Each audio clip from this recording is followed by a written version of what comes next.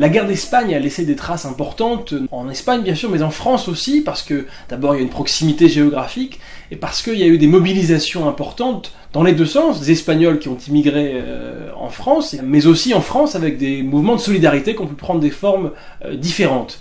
Il y a des formes de solidarité les plus connues, sans doute, les brigades internationales, c'est-à-dire tout un système de volontaires qui sont venus combattre en Espagne directement. Et donc ça, c'est évidemment un volet très important, et la France y a joué un rôle de tout premier plan, même si ça avait un écho plus large.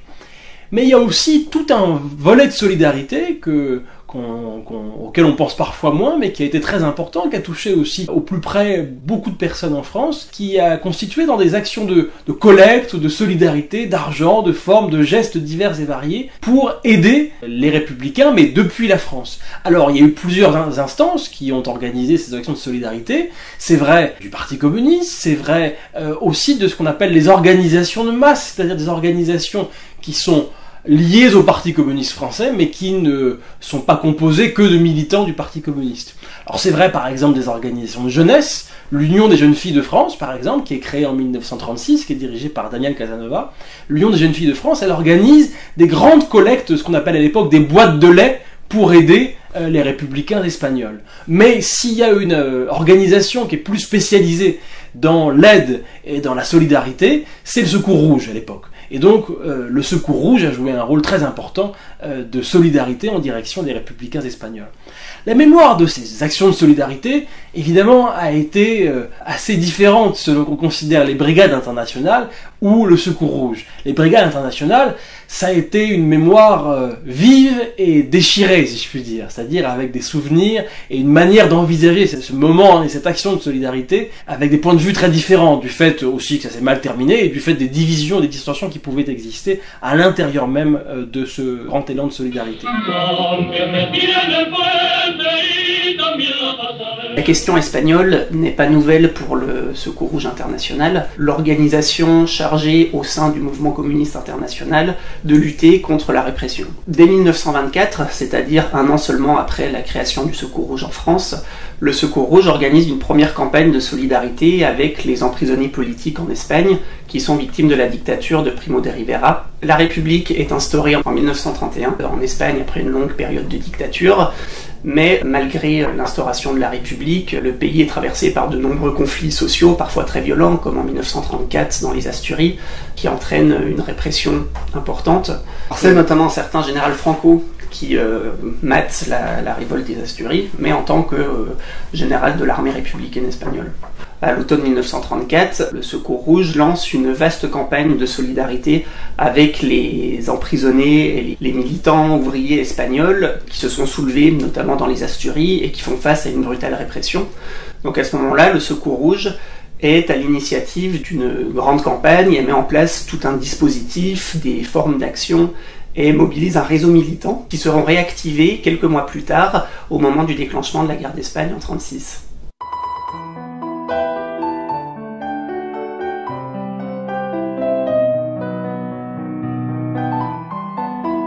En Allemagne, en 1933, Hitler arrive au pouvoir. À partir de ce moment-là, il y a une grande réflexion parmi les communistes et se dessine un tournant, qui est le tournant dit du Front populaire. Il s'accélère notamment en France après les manifestations fascisantes du 6 février 1934.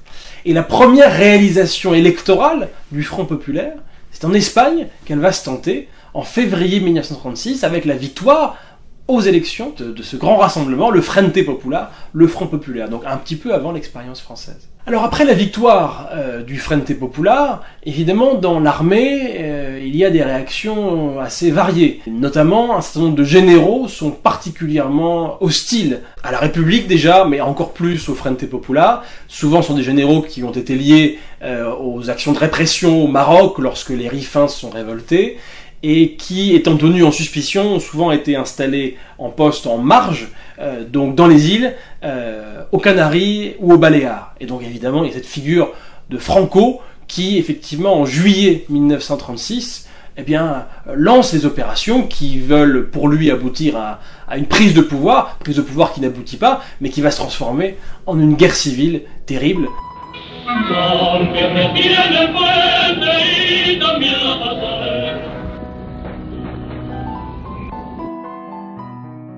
Juste après le coup d'État franquiste en Espagne, ou plutôt la tentative de coup d'État franquiste, qui débouche sur une guerre civile, l'Internationale communiste met en œuvre la solidarité à travers le Secours Rouge, qui s'appelait le Secours Rouge International, qui désormais en France s'appelle le Secours Rouge de France et des colonies, et qui reste connu jusqu'à aujourd'hui sous l'appellation de Secours Populaire.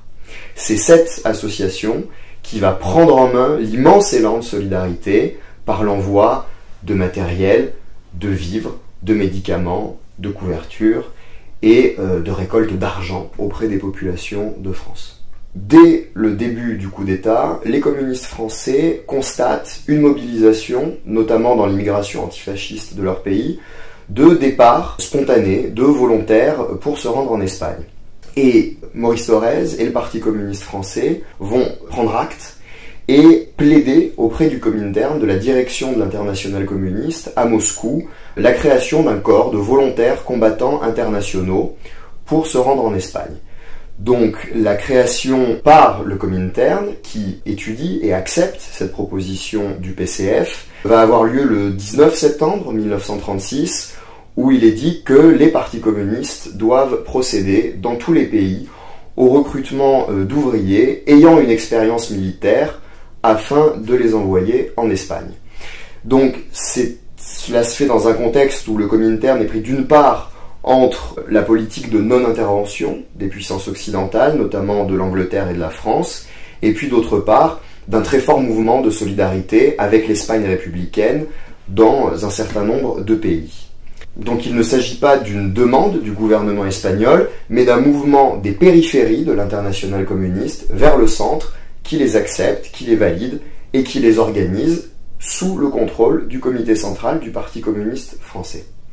Et les brigades internationales sont officiellement intégrées à l'armée républicaine espagnole par décret le 22 octobre 1936. Pour combattre, non pas aux côtés du Parti communiste espagnol, mais aux côtés du gouvernement légitime républicain. La différence est importante. Lorsqu'on ne vient pas par le biais des brigades internationales, c'est-à-dire par les officines du Parti communiste ou par les organisations de masse en Europe ou en Amérique du Nord, peu importe, par les filières communistes vers l'Espagne, on arrive à Barcelone, par le train, ou par le car, peu importe, à pied, en tout cas on arrive à Barcelone. Lorsque on arrive à la gare de France à Barcelone, qu'est-ce qu'on voit? Et ça, tous les témoignages sont unanimes là-dessus. On voit sur le quai de la gare des gens avec des grands panneaux, sur lesquels est marqué POUM, CNT, communiste, socialiste, voilà. Et ça se passe au petit bonheur. Et j'ai eu la chance à Amsterdam, aux archives de la CNT-FAI, de retrouver le journal d'un milicien français, trop âgé pour le front et dont le rôle est d'accueillir les nouveaux arrivants francophones. Et dans son journal, il se plaint que tel Dupoum lui a volé ses volontaires pendant qu'il était aux toilettes, lui dit qu'il avait fait monter 10 personnes et puis qu'il s'est aperçu que dedans il y en avait 3 qui étaient finalement des escrocs, des voleurs ou quoi que ce soit. Ça se passe comme ça. Il y a un véritable hasard dans les destinations. Pourquoi? Parce que la plupart des volontaires, jusqu'à une date très avancée, ne se sont jamais posé la question de ce qu'il pouvait y avoir au-delà de l'antifascisme. C'est-à-dire que la démarche première, c'est avant tout combattre le fascisme. Éventuellement, on peut retrouver parmi cette grande masse de volontaires avant tout antifascistes, des militants internationalistes rompus, qui sont pour la plupart d'entre eux d'ailleurs des globetrotters, des vrais militants de l'exil antifasciste, des gens chassés d'Allemagne, d'Italie, des gens qui ont fui les persécutions soviétiques, des immigrés de Suisse rejetés plusieurs fois et qui trouvent en Espagne un havre de paix, et ce havre de paix, il faut le défendre, le fusil à la main. Mais ça, c'est une petite partie des volontaires. Celles et ceux qui ont rejoint l'Espagne dans la démarche de participer à une expérience révolutionnaire au sens strict du terme, c'est-à-dire le point de départ d'une révolution mondiale. Grosso modo, le discours du POUM ou des organismes révolutionnaires les plus avancés. Venez en Espagne pour la révolution mondiale. Mais ce discours-là, il s'est retrouvé tout à fait inversé dans l'historiographie. C'est-à-dire que, à partir notamment des années 60, on a assisté à la multiplication des témoignages de militants révolutionnaires, de mémoires de révolutionnaires, qui ont semblé montrer justement dans l'Espagne un désir avant tout de changer la société. Si on ne peut pas résumer le volontariat international vers l'Espagne simplement à sa dimension internationaliste, c'est parce que avant d'y trouver des raisons de classe, on y trouve des intérêts bien plus absolus, qui sont ceux de la compréhension qu'il se passe en Espagne, la bataille à ne pas manquer pour la sauvegarde de la liberté et de la démocratie. Et ça se retrouve, y compris d'ailleurs, dans le discours de militants anarchistes qui rejoignent l'Espagne, dans lequel la participation aux épisodes révolutionnaires en Catalogne et en Aragon est plutôt une divine surprise que la raison exacte pour laquelle ils sont partis en Espagne. Donc la démarche politique, la démarche des militants de l'arrière, elle est en fait tout à fait minoritaire. On la retrouve, elle existe réellement, mais elle est très minoritaire par rapport à la dynamique globale qui fait que de La Havane jusqu'à Liverpool et de Copenhague jusqu'à Rome, on est parti en Espagne pour aider l'Espagne et pour combattre le fascisme avant tout.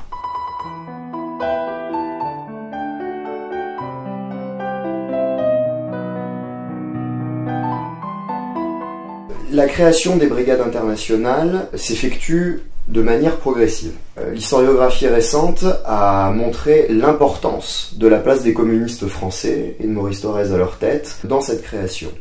Les brigades internationales ont aussi un rôle symbolique et politique très fort. Cette colonne internationale dont on parle au début doit incarner non pas une création de l'internationale communiste, mais un élan spontané de type Front populaire, et bien entendu incarner aux yeux du peuple espagnol et de l'opinion publique internationale la solidarité internationaliste en actes.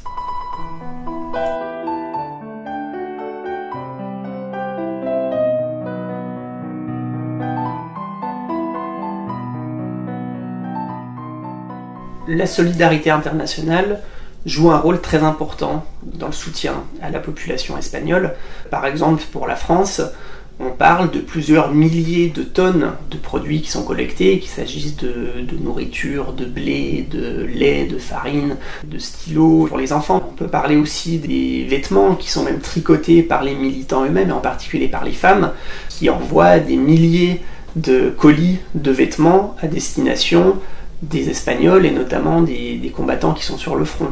Pour vous donner aussi un aperçu de l'importance matérielle de cette solidarité, c'est plusieurs navires, des bateaux entiers qui sont remplis de vivres qui partent en Espagne. Ce sont aussi plusieurs caravanes de camions composés de plusieurs dizaines de camions qui sont chargés de vivres pour l'Espagne. Les militants communistes sont en permanence invités et incités à participer aux souscriptions et aux collectes. Et ce sont tout particulièrement les jeunes, donc les militants de la jeunesse communiste, et les femmes, qui sont organisées au sein du Comité mondial des femmes, qui est une organisation également du conglomérat communiste. Les femmes qui sont donc en première ligne pour la collecte. Pour donner une mesure quantitative, sur certaines journées nationales de collecte, on est sur une base de plusieurs dizaines de milliers de collecteurs qui sont répartis dans tout le territoire français pour organiser la collecte.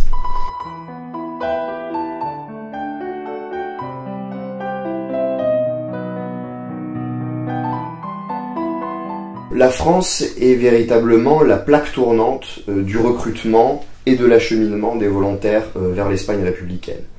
D'abord de par sa situation géographique, ensuite par la présence d'une très importante immigration antifasciste d'Italie, d'Allemagne par exemple, mais aussi des pays de l'Est, par la puissance et l'influence de son parti communiste et de sa connaissance de la situation espagnole qui remonte à quelques années auparavant. Toutes ces conditions en faisaient le lieu idéal. Ce sont près de 10 000 volontaires français qui vont se rendre en Espagne sur environ 32 000 brigadistes au total. La France est le pays de provenance de plus de la moitié des étrangers combattants en Espagne. Donc, au départ, ce recrutement s'opère sur des critères qualitatifs, notamment sur l'expérience militaire que peuvent posséder ces volontaires. Et puis, très vite, cette ligne de recrutement va évoluer pour permettre un recrutement beaucoup plus large. Et c'est lié également à la dimension politique des brigades internationales, car ces brigades internationales doivent incarner l'idée d'un front populaire mondial qui se mobilise pour l'Espagne républicaine. Donc, on va procéder au recrutement de volontaires non communistes. Plus de la moitié, on parle d'environ 58% de ces volontaires français, sont communistes, une écrasante majorité sont des militants, par ailleurs, syndicaux, socialistes, etc. Et parmi les militants communistes, plus de la moitié font partie de ce que l'on appelle la génération Front Populaire, donc ces militants qui sont pénétrés de la ligne stratégique de l'époque, c'est-à-dire l'union du patriotisme et de l'internationalisme et l'antifascisme comme ciment. Ces volontaires français, ils ont une moyenne d'âge de 30 ans, je cite les chiffres de l'historien Rémi Skoutelski qui a fait un travail remarquable dessus, et même si la tranche d'âge des 26-34 ans est la plus représentée, près de 500 d'entre eux ont participé à la Grande Guerre et ont donc cette expérience terrible du feu. Bien entendu, le Parti communiste français va se retrouver confronté à une forme de contradiction. D'une part, il doit et il veut mobiliser à fond ses effectifs pour la solidarité avec l'Espagne. De l'autre côté, il est devenu un parti de masse, dont le besoin en cadre, en militants formés pour encadrer la grande masse des nouveaux arrivants, est urgent et immense. Mais pour autant, on constate que le Parti communiste n'hésite pas à dépêcher en Espagne des cadres de valeur, des secrétaires régionaux comme par exemple Maurice Lampe, qui se trouve être le secrétaire régional d'une région très importante pour le Parti communiste, puisqu'il était dirigeant de ce que l'on appelait la région Paris-Ville, et Maurice Lampe va passer plusieurs mois, plusieurs années sur le sol espagnol. Par ailleurs, n'oublions pas non plus que l'expérience espagnole peut être un révélateur de cadre pour le Parti communiste.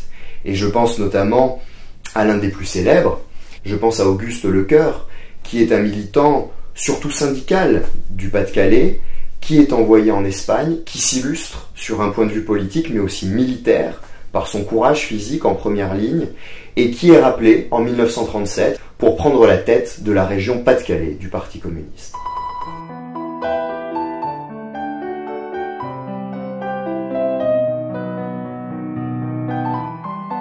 André Marty, en juillet 1936, c'est avant tout un personnage majeur du Parti communiste français. C'est un des 72 députés du Parti communiste. Il est également conseiller municipal de Paris. Mais il siège également à la direction du Parti communiste français et au secrétariat du Comintern. C'est un personnage de premier plan. Personnage transnational, puisqu'au sein du mouvement communiste, il incarne à la fois le parti le plus puissant, Parti communiste français, et de par son autorité cominternienne, il est véritablement sur une double autorité. Cette autorité, elle est d'ailleurs triple, puisque derrière le personnage d'André Marty, il y a également la figure de l'ancien mutin de la mer Noire. Depuis cet épisode directement lié à la mythologie de la Révolution russe et de la guerre civile, qui a fait d'André Marty un représentant, peut-être l'incarnation, le visage de l'internationalisme, de cette solidarité des peuples avec la Révolution russe. Lorsqu'il arrive en Espagne, il est donc investi d'une autorité qu'il doit avant tout à ses responsabilités et fonctions, et également par un discours élaboré depuis longtemps autour de sa figure, autour de sa dimension internationaliste. La figure d'André Marty, qui est notamment utilisée et mise à contribution lors de la création du réseau de la grande organisation transnationale qui est le Secours Rouge International, dont André Marty est le premier visage.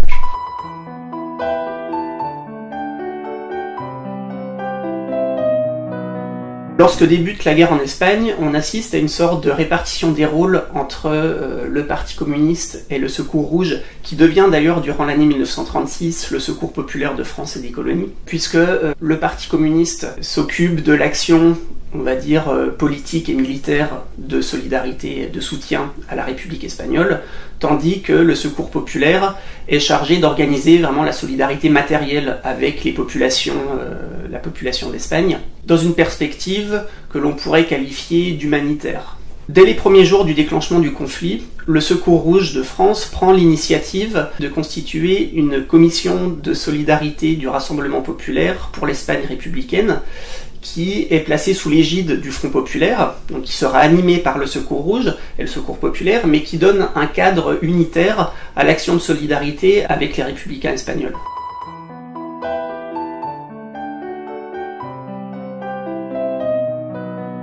André Martí, à l'été 1936, il est en Espagne en tant que délégué du Rassemblement populaire, de la coalition de France, qui a permis donc la victoire du Front populaire, pour témoigner en France de ce qu'il se passe en Espagne.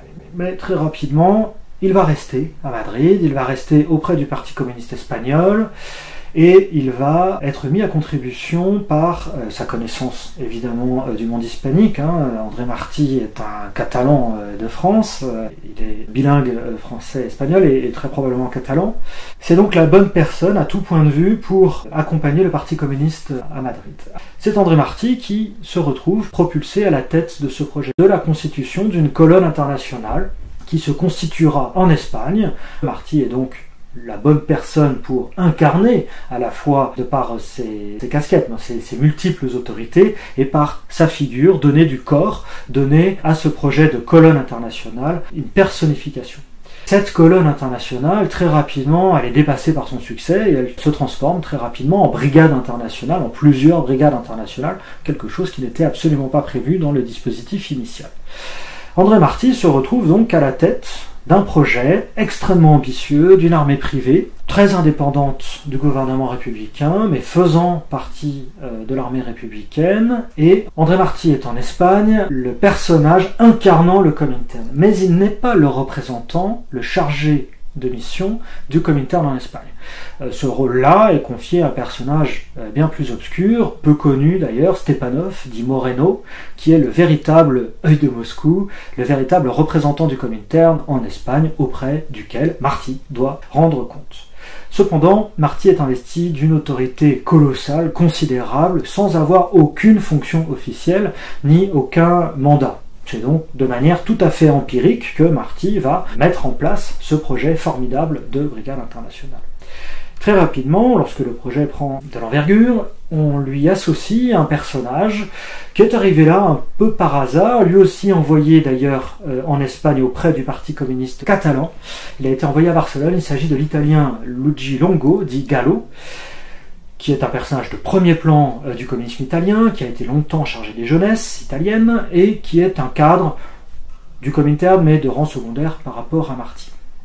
Luigi Longo reçoit la fonction de commissaire politique pour aller vite des brigades internationales.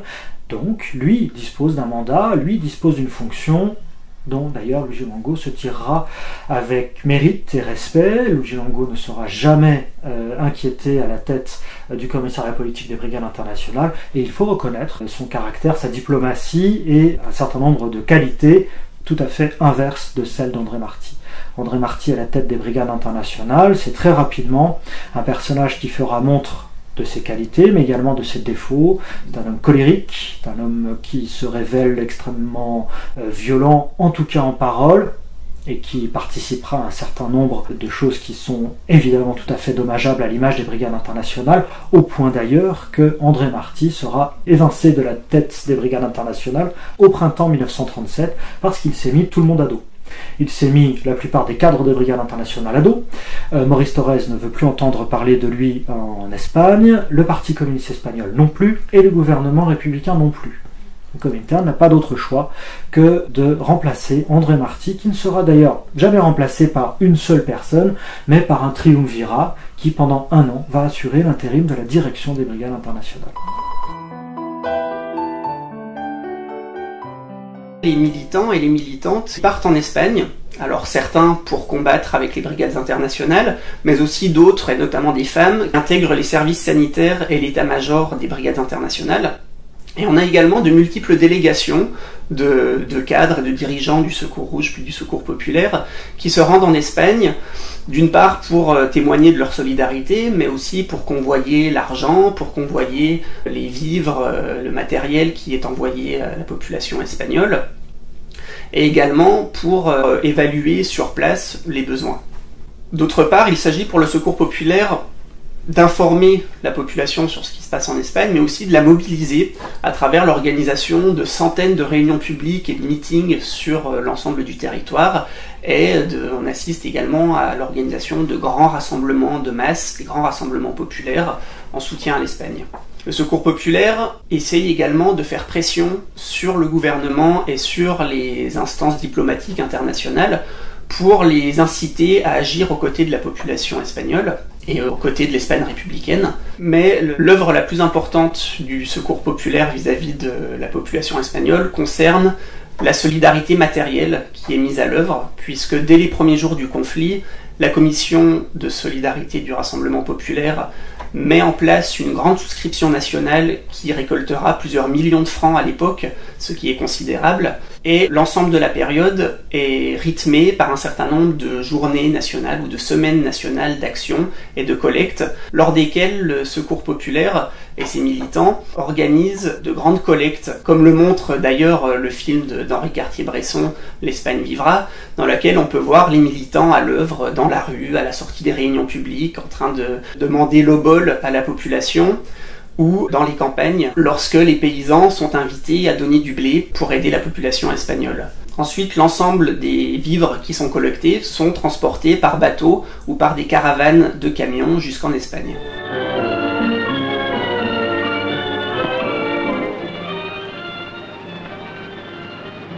Dans tout notre pays, les quêteurs du Secours populaire ramassent des gros sous pour les enfants d'Espagne, comme ils en ramassent aussi pour l'enfance malheureuse de notre pays, pour les victimes de la répression, pour les grévistes. Voici une camionnette du Secours populaire devant les usines Citroën. Ces militants savent que pour être efficace, un effort de solidarité doit être continu. Une semaine sans lait de France et des milliers d'enfants espagnols sont menacés de mort. On collecte aussi des vêtements, des conserves, du tabac. En 1938, le Secours populaire de France a pu envoyer en Espagne plus de 4 millions de tonnes de vivres et de vêtements. Le Secours populaire a, depuis le début de la guerre, collecté environ 20 millions de francs.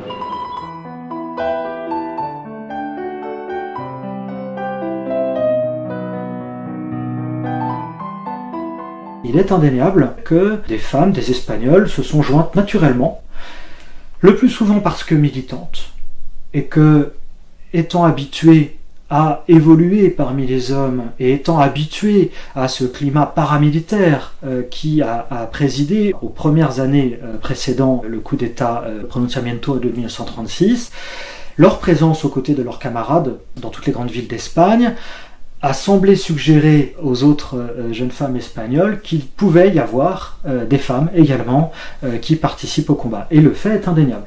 Le fait est indéniable, on retrouve ces présences féminines sur la plupart des fronts, pas sur tous. Les milices ont accepté des femmes.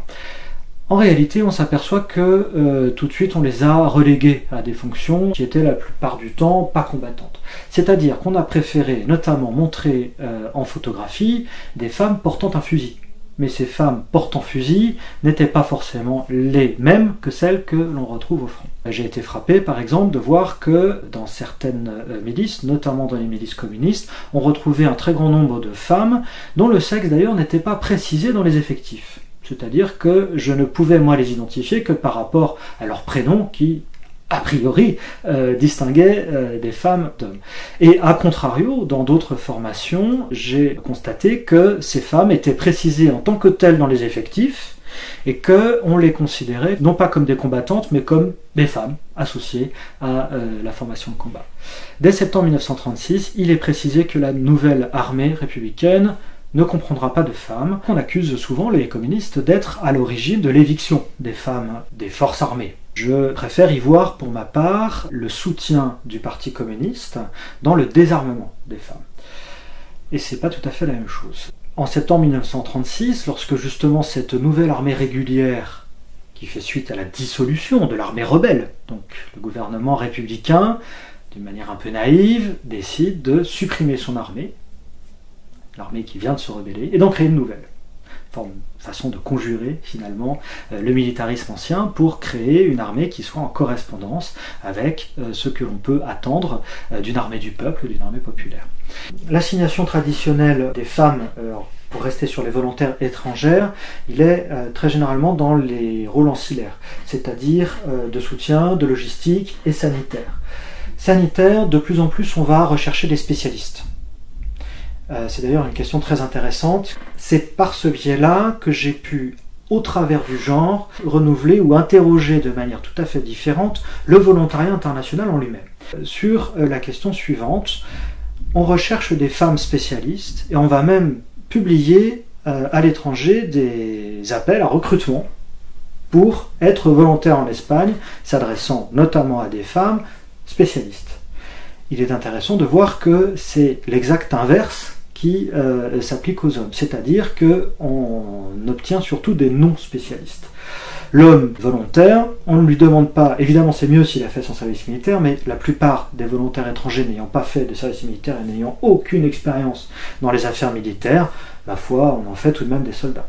Pour les femmes qui se présentent comme volontaires, on leur demande d'être spécialisées dans quelque chose. Et comme on n'en a pas assez, on va chercher, susciter des vocations parmi elles, notamment dans les hôpitaux et les dispensaires d'Europe et des États-Unis. Et on crée d'ailleurs des vocations à ce propos. Donc ça marque bien une frontière, une dichotomie qui s'est opérée dans la question du volontariat. Ces femmes qui, pour la plupart d'entre elles, accompagnent quelqu'un. Il y a des femmes volontaires parties seules ou parties avant le compagnon, le mari. Elles sont, d'après en tout cas mes recherches, plutôt l'exception que l'inverse. En tout cas, pour ces engagements de couple qui motivent et qui justifient et qui expliquent la présence de tant de femmes étrangères en Espagne, dans notamment les unités en opération au front, il s'agit moins d'un accompagnement que d'un projet décidé ensemble, et la distribution ou le choix des affectations en Espagne se fait sur les propositions reçues. Dans le cas des brigades internationales, il y a un certain flottement au début. Ce flottement, il est très rapidement réduit à néant par l'intervention phallocrate et misogyne d'André Marty, qui très rapidement décide qu'il n'y aura plus de femmes dans la base des brigades internationales, sauf des exceptions dûment répertoriées et contrôlées. En réalité, le désir de prise d'armes, je l'ai retrouvé de la façon la plus forte parmi des volontaires femmes des brigades internationales qui, arrivées à Albacete, apprennent à ce moment-là qu'elles ne pourront pas rejoindre les unités de ligne, ni en tant que combattantes, ni en tant qu'infirmières de front, ce qui pour elles est quelque chose qui est injustifiable et qui va à l'encontre des risques qu'elles ont pris pour traverser parfois toute l'Europe pour rejoindre l'Espagne. Et donc l'accompagnement vers l'arrière est parfois extrêmement douloureux pour ces femmes, la discipline de parti s'imposant la plupart du temps naturellement. C'est pour ça qu'il faut plutôt parler d'un désarmement des femmes institutionnel, qui n'a pas grand-chose à voir avec le Parti communiste, avec une éviction des femmes des brigades internationales qui a tout à voir avec la personnalité d'André Marty et qui n'aurait d'ailleurs jamais atteint les sommités de misogynie, notamment de misogynie administrative dans les brigades internationales, si André Marty n'avait pas été à la tête de ces mêmes formations.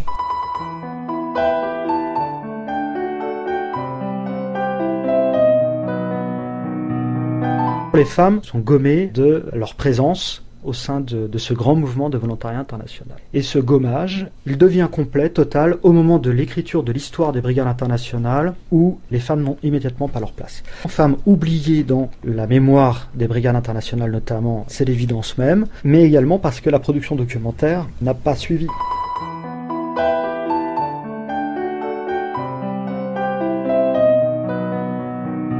Les brigades vont très tôt s'illustrer dès le mois de novembre dans une bataille qui est très importante d'un point de vue symbolique comme militaire, qui est la défense de Madrid. Puis plus tard, début 1937, lors de la bataille du Jarama, où les républicains essaient de desserrer l'étau sur Madrid. On les fait monter à Teruel par moins 14 degrés. C'est plus de 10 assauts sanglants que vont mener 2 bataillons des brigades internationales dans la neige pour essayer de prendre Teruel. Et jusqu'à l'ultime offensive républicaine sur l'Èbre, où là il s'agit de desserrer l'étau sur la Catalogne, les brigades internationales vont être utilisées comme troupes de choc. Mais au-delà de leur valeur militaire incontestable, les brigades internationales ont aussi un rôle symbolique et politique très fort. Le projet de brigade internationale s'inscrit dans une campagne promotionnelle bien plus large, qui est la solidarité des peuples avec l'Espagne républicaine, la solidarité du Front populaire mondial avec l'Espagne. Au sein de ce projet antifasciste, les brigades internationales incarnent, donnent corps à cette idée justement d'une solidarité et d'un secours des peuples vers l'Espagne.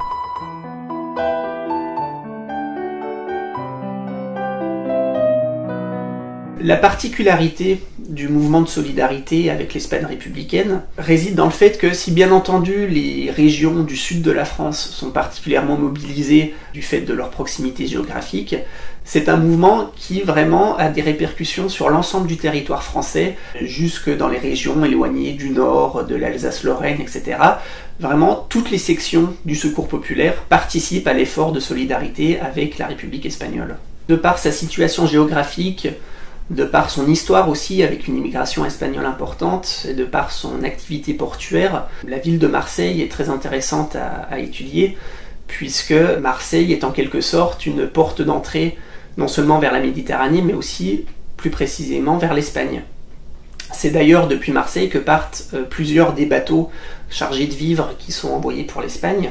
Et le premier bateau part du port de Marseille en octobre 1936, grâce notamment à l'action et au soutien des dockers marseillais de la CGT qui opèrent le chargement gratuitement. Le dépouillement de la presse régionale nous donne un aperçu du foisonnement d'initiatives vraiment qui sont organisées quasiment toutes les semaines dans les différents quartiers de Marseille, avec quasiment donc toutes les semaines l'organisation de réunions publiques, de meetings, de collectes, de bals populaires pour récolter des fonds, de soirées festives, etc., dans lesquelles les femmes jouent en général un rôle de premier plan. Qu'elles soient organisées au sein du Secours populaire ou à travers le Comité mondial des femmes, elles sont en première ligne pour collecter dans la rue ou à la sortie des réunions publiques l'obol de la population, et elles organisent même des ateliers de tricotage pour la confection de vêtements qui sont ensuite envoyés en Espagne. Si ce mouvement de solidarité avec l'Espagne donne avant tout l'impression d'un grand mouvement d'engouement populaire pour aider leurs camarades espagnols, le mouvement de solidarité avec l'Espagne est également traversé par des événements beaucoup plus tragiques.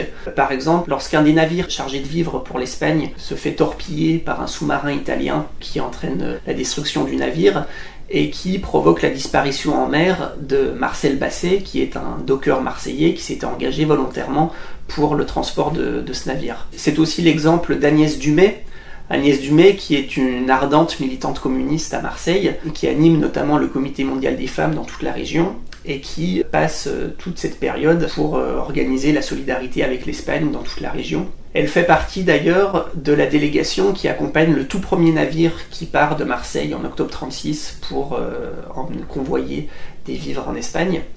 Et Agnès Dumay, elle retourne en Espagne 2 ans plus tard, en novembre 1938, pour assister au Congrès national du Secours rouge espagnol, en tant que déléguée du Comité mondial des femmes.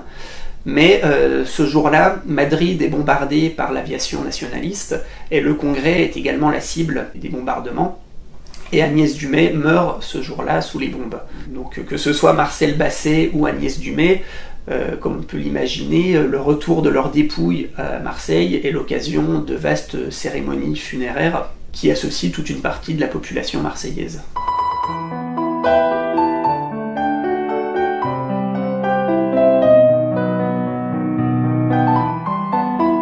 Il fallait doter les brigades internationales d'un récit, d'un grand récit, qui puisse à la fois les accompagner, mais également justifier de leur présence en Espagne. Cette nécessité d'introduire un récit, ou plutôt d'écrire en marchant l'histoire des brigades internationales, s'est imposée très rapidement à la direction politique de ces mêmes brigades, et en février 1937, la décision est prise de réunir une documentation dans le projet d'écrire cette histoire. Cette histoire, elle devait être officielle, de façon à être unique, et de pouvoir proposer justement un seul visage, un seul discours auprès de cet objet un peu particulier que furent les brigades internationales en Espagne. Une première version de cette histoire officielle sera produite en octobre 1937, lors du premier anniversaire de la création des Brigades internationales, par une brochure signée d'André Marty. Donc cette brochure d'André Marty s'intitule « Volontaires d'Espagne, 12 mois sublimes » et elle correspond en réalité à un moment où le projet de Brigades internationales évolue considérablement. Cette première histoire, lorsqu'elle est écrite, elle n'est déjà plus réellement en correspondance avec la situation des Brigades internationales. ne prenons qu'un seul exemple parmi d'autres, majoritairement, les membres des brigades internationales sont désormais, à cette date, des conscrits espagnols et non plus des volontaires étrangers. Il y a déjà une première évolution, et cette première évolution, elle justifie d'autant plus l'écriture d'une histoire des brigades internationales qui permettent justement de pouvoir remettre en avant le caractère international et les éléments saillants que le discours communiste souhaite leur associer.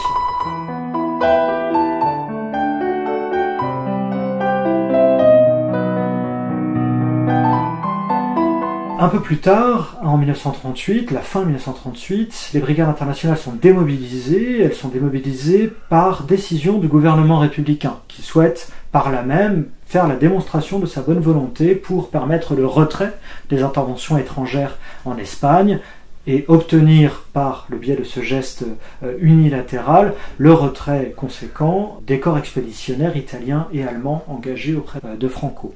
Évidemment, Franco ne cédera pas, et quelques mois plus tard, en janvier 1939, c'est d'ailleurs une division italienne qui va rentrer dans Barcelone après la fuite de l'armée républicaine en déroute. L'Espagne républicaine cède en mars 1939. Le 1er avril 1939, Franco peut déclarer que la guerre est terminée. Les brigades internationales ont donc été démobilisées depuis plusieurs mois déjà et ne restent dans les camps d'internement français que les étrangers, notamment les vétérans des brigades internationales qui n'ont pas pu rentrer chez eux. Pensons simplement aux Italiens, aux Allemands, mais également aux Polonais qui, entre autres, avaient perdu leur nationalité du fait de leur engagement dans les brigades internationales. Là encore, la nécessité d'une histoire des brigades internationales s'imposait toujours, puisqu'il s'agissait cette fois plus d'un projet actuel, d'un projet certes caduque, mais dont la patrimonialisation, dont l'héritage devait être transmis à ce qui était en train d'émerger, une génération de vétérans, notamment de communistes, mais pas que, un ensemble d'individus, un ensemble transnational d'individus qui avaient partagé cette même expérience en Espagne. Et c'est donc là l'objet d'une deuxième tentative de mise en récit de la geste des brigades internationales.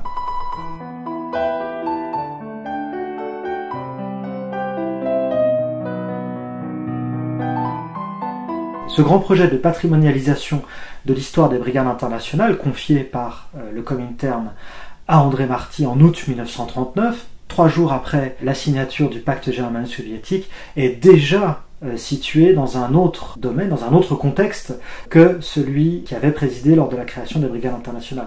L'antifascisme tel qu'il pouvait être porté par le Comintern en 1936 lors de la création des brigades internationales n'a évidemment plus rien à voir avec le sens restrictif qu'il prend à l'été 1939 de par la conclusion du pacte germano-soviétique qui, dès lors, vient obérer totalement le projet de rédaction de cette histoire des brigades internationales. À partir d'août 1939, avec le passage de la Seconde Guerre mondiale, l'antifascisme évidemment se transforme, il a évolué, il s'est confondu au sein de la participation des communistes dans les résistances. L'engagement espagnol des brigades internationales est vu désormais comme les prolégomènes de l'engagement communiste au sein de la résistance.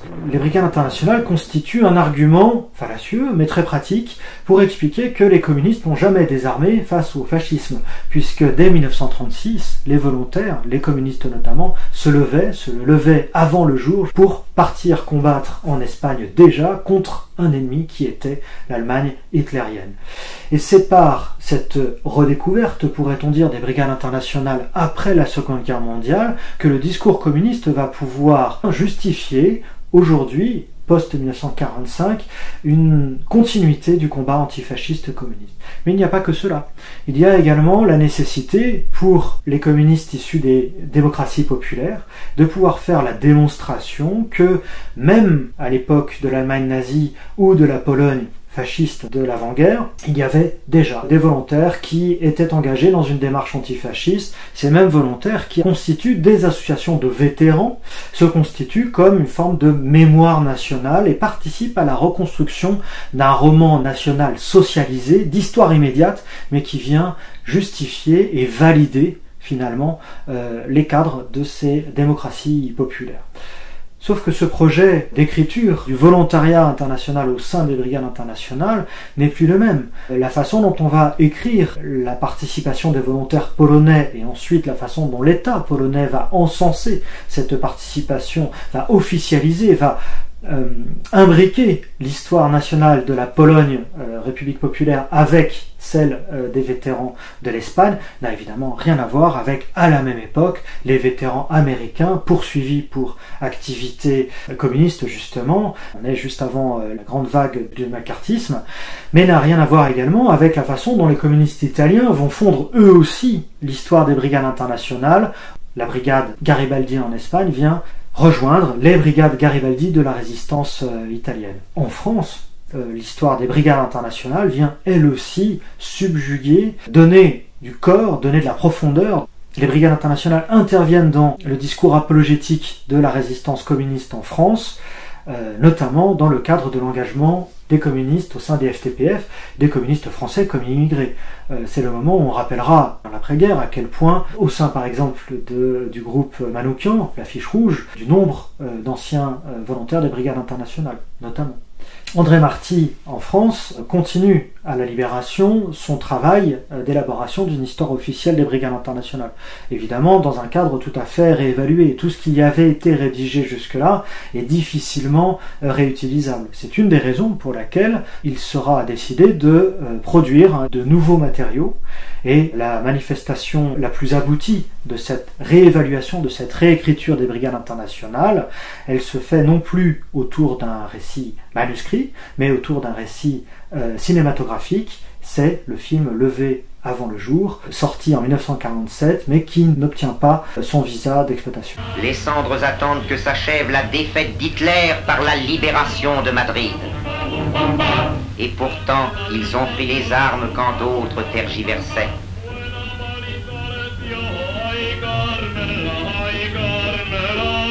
Et pourtant, leur seul tort fut d'avoir raison les premiers. Est-il jamais trop tôt pour défendre sa patrie et la liberté? Ceux-là se sont levés avant le jour. Le film Levé avant le jour correspond à un projet personnel d'André Marty qui y a un intérêt tout à fait singulier. André Marty a passé la Seconde Guerre mondiale en URSS, il n'est pas auréolé d'une participation à la résistance, certes à partir de 1943 il est en Algérie, il participe au gouvernement provisoire, mais il ne peut pas être associé à la dimension héroïque de la résistance. C'est donc en Espagne qu'André Marty vient, au travers des brigades internationales, réaffirmer sa position au sein du Parti communiste français. Une position qui est de plus en plus mise à mal par Maurice Thorez, son principal rival, et André Marty ne peut compter que sur sa situation d'ex-dirigeant des brigades internationales et sa figure d'internationaliste pour s'imposer auprès de son adversaire. Mais les Français tombés dans les batailles d'Espagne sont ignorés du gouvernement. André Marty proposa que la mention « Mort pour la France » soit accordée aux disparus. Le gouvernement refusa. Les orphelins de ceux qui les premiers moururent pour la France ne sont pas pupilles de la nation.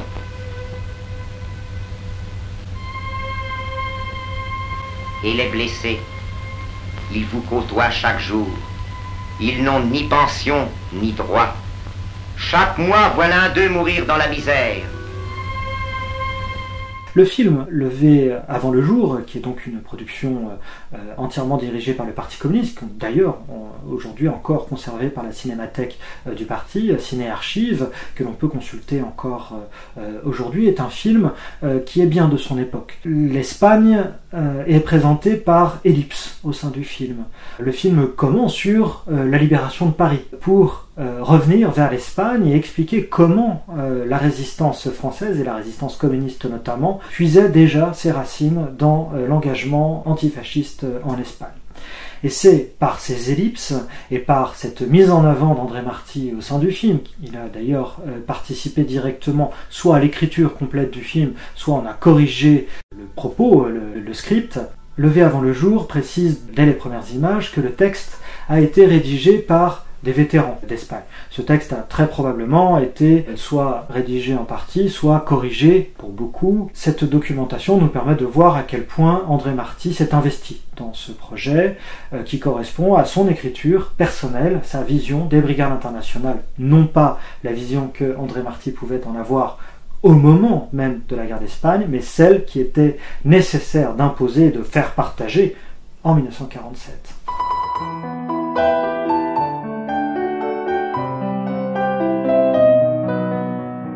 L'après-guerre correspond, on le sait, à une période difficile pour le mouvement communiste international. Elle correspond à un paroxysme du stalinisme et à une vague d'épuration qui va, dans les républiques populaires, toucher notamment beaucoup d'anciens des brigades internationales. On le sait en Tchécoslovaquie, le fameux procès Slansky, mais c'est également le cas en Yougoslavie et dans d'autres pays également. Les vétérans sont mis à contribution de cette stalinisation de l'histoire des brigades internationales, doivent accompagner les sanctions qui tombent, doivent flétrir ces grands noms des brigades internationales, yougoslaves ou autres. Et c'est donc des pans entiers de l'histoire des brigades internationales qui sont réévalués, réécrits ou tout à fait escamotés.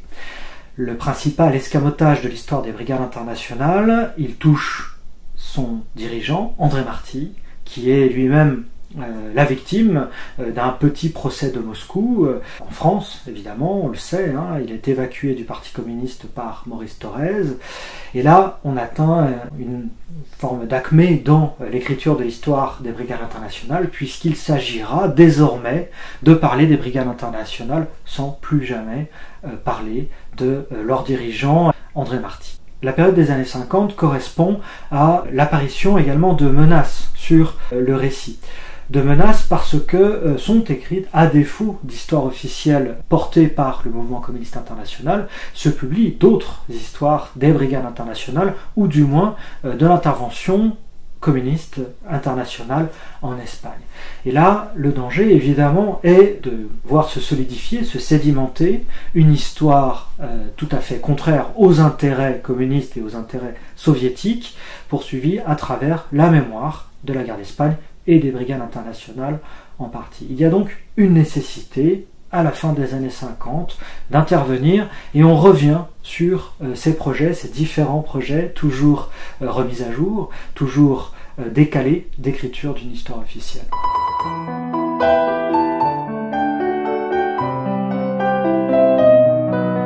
À partir de la mort de Joseph Staline en 1953 et la déstalinisation qui suit, le fameux rapport Khrouchtchev de 1956, permet de pouvoir revenir sur ce projet d'une écriture officielle. Sauf qu'il n'y a pas de rédacteur disponible et qu'il faut trouver un texte rapidement. C'est Luigi Longo, qui est devenu un membre éminent, important du communisme italien. Et évidemment, le communisme italien, à ce moment-là, a une importance singulière au sein de la nouvelle galaxie de l'eurocommunisme. C'est donc le manuscrit de Luigi Longo qui est retenu et qui sera publié donc avec autorisation, naturellement, de Moscou. Ce texte paraît en 1956 en italien, il porte le nom très sobre de « Les Brigades internationales », et il est très étonnant parce qu'il s'agit d'un texte tronqué. Les brigades internationales sont certes traitées, mais ça s'arrête à la bataille de Brunette, grosso modo, c'est-à-dire à l'été 1937, très peu. Ensuite, sur la deuxième partie, la deuxième époque des brigades internationales. Pourquoi ?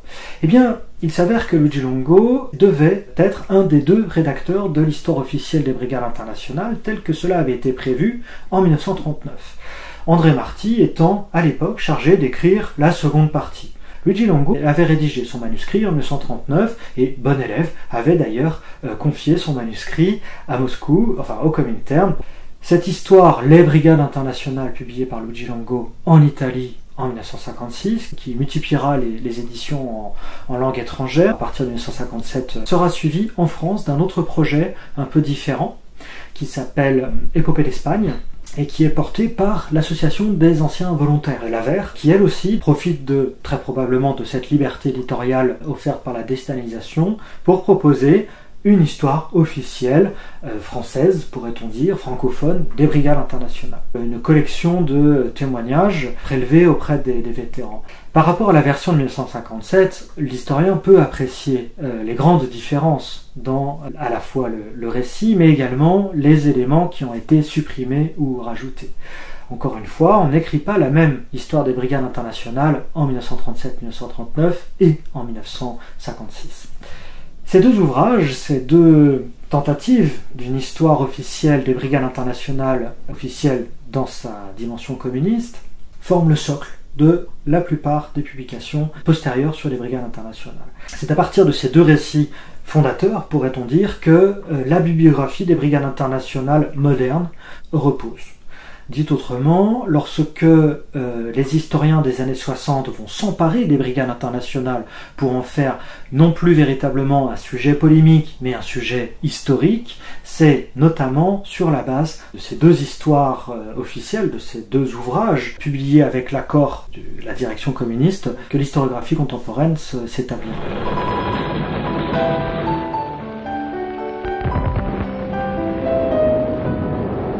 Il n'empêche qu'il y eut bien une forme de conclusion qui ne portera pas exactement sur les brigades internationales, mais sur la guerre d'Espagne en général. C'est l'œuvre monumentale qui s'appelle Guerre et Révolution en Espagne, production en plusieurs volumes, qui dans les années 70 portera véritablement la vision, la version officielle communiste de la guerre d'Espagne, dans laquelle d'ailleurs les brigades internationales occupent une place plutôt secondaire.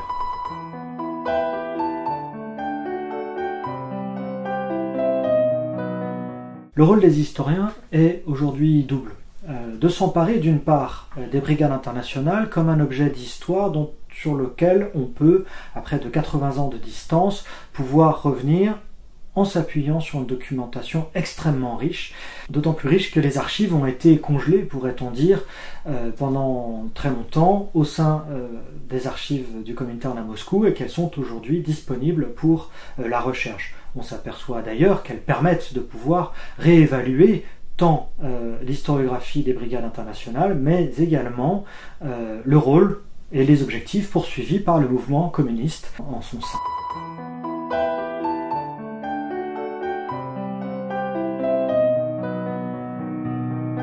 Aujourd'hui, le Secours populaire considère que son histoire débute en 1945, à la Libération, avec la reconstitution du Secours populaire après l'occupation. Il ne garde de la période de l'entre-deux-guerres que la solidarité avec l'Espagne républicaine. On a aujourd'hui, ce qui est resté dans les mémoires populaires, l'image de 1936 du Front populaire et des premières colonies de vacances mises en place notamment par le Secours populaire, qui d'ailleurs accueille des petits Espagnols dans certaines de ces colonies de vacances. Donc ça c'est l'image qui s'est construite, qui est en partie juste. Mais on a souvent tendance à oublier la conflictualité de la période et le fait que l'action du Secours populaire à ce moment-là s'intègre vraiment dans un combat politique contre le fascisme.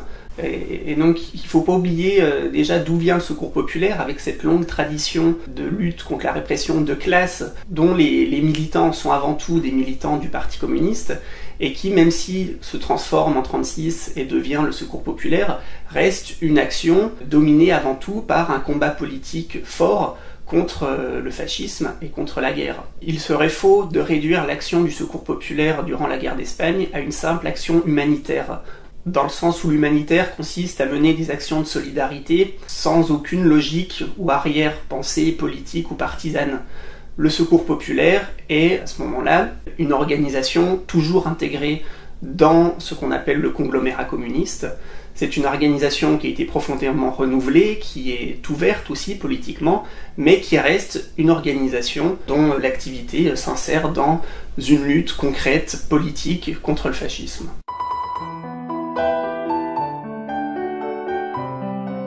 Il est important de souligner une certaine forme d'autonomisation du Secours populaire à partir de 1936, autonomisation vis-à-vis du Parti communiste, mais aussi de son organisation internationale de rattachement, c'est-à-dire vis-à-vis du Secours rouge international. Avec cette ligne de Front populaire, Les sections nationales du Secours Rouge, qui devient le Secours Populaire en France, disposent d'une marge d'autonomie beaucoup plus importante, ce qui explique par exemple déjà rien que le fait que le Secours Rouge change de nom et devient Secours Populaire, alors que l'organisation internationale de leur attachement reste le Secours Rouge international. Il y a des tentatives à ce moment-là du Secours Populaire de tenter de constituer ce qu'il appelle un Secours Populaire mondial. Donc on passerait du Secours Rouge international au Secours Populaire mondial. Les dirigeants du Secours Populaire en France ont dans l'idée d'appliquer la transformation qu'ils ont mis en place au niveau de la France au niveau international. Le fait que les sections nationales aient une autonomie de plus en plus importante, la pression et le contrôle exercé par la direction internationale du Secours Rouge est moins importante, laisse plus de marge de manœuvre, ce qui explique ces tentatives du Secours Populaire. Et étant donné aussi qu'on est dans une ligne politique défendue par l'internationale communiste qui est la ligne de Front Populaire, antifasciste, et une ligne d'ouverture, la France apparaît comme un laboratoire pour cette politique. Donc aussi bien le Parti communiste français que le Secours Populaire sont présentés en modèle, sont érigés en modèle, ce qui explique que potentiellement au niveau international il n'y a peut-être pas trop eu de résistance, même si l'arrivée de la guerre en septembre 1939, la guerre et l'interdiction des organisations communistes dont le Secours Populaire mettent fin à ces tentatives. Los cuatro generales, los cuatro generales, los cuatro generales, mamita mía, que se han afado, que se han afado. Para la noche buena, para la noche buena, para la noche buena, mamita mía, serán arcados, serán arcados.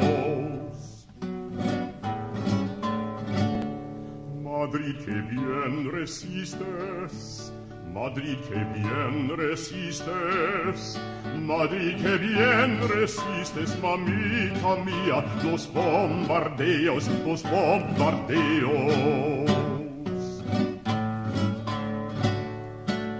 Los cuatro generales, los cuatro generales, los cuatro generales, mamita mía, que se han afado, que se han afado.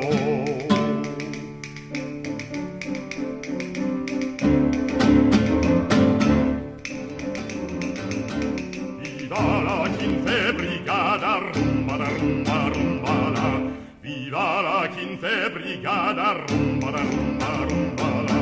Que sea cubierto de gloria a Emanuela, a Emanuela. Que sea cubierto de gloria a Emanuela, a Emanuela. Luchamos contra los moros, rumbala, rumba, rumbala. Luchamos contra los moros, rumbala, rumba, rumbala. Mercenarios y fascistas, a Emanuela, a Emanuela. Mercenarios y fascistas, a Emanuela, a Emanuela. Solo es nuestro deseo, rumbala, rumba, rumbala. Solo es nuestro deseo, rumbala, rumba, rumbala. Acabar con el fascismo, a Emanuela, a Emanuela. Acabar con el fascismo, a Emanuela, a Emanuela.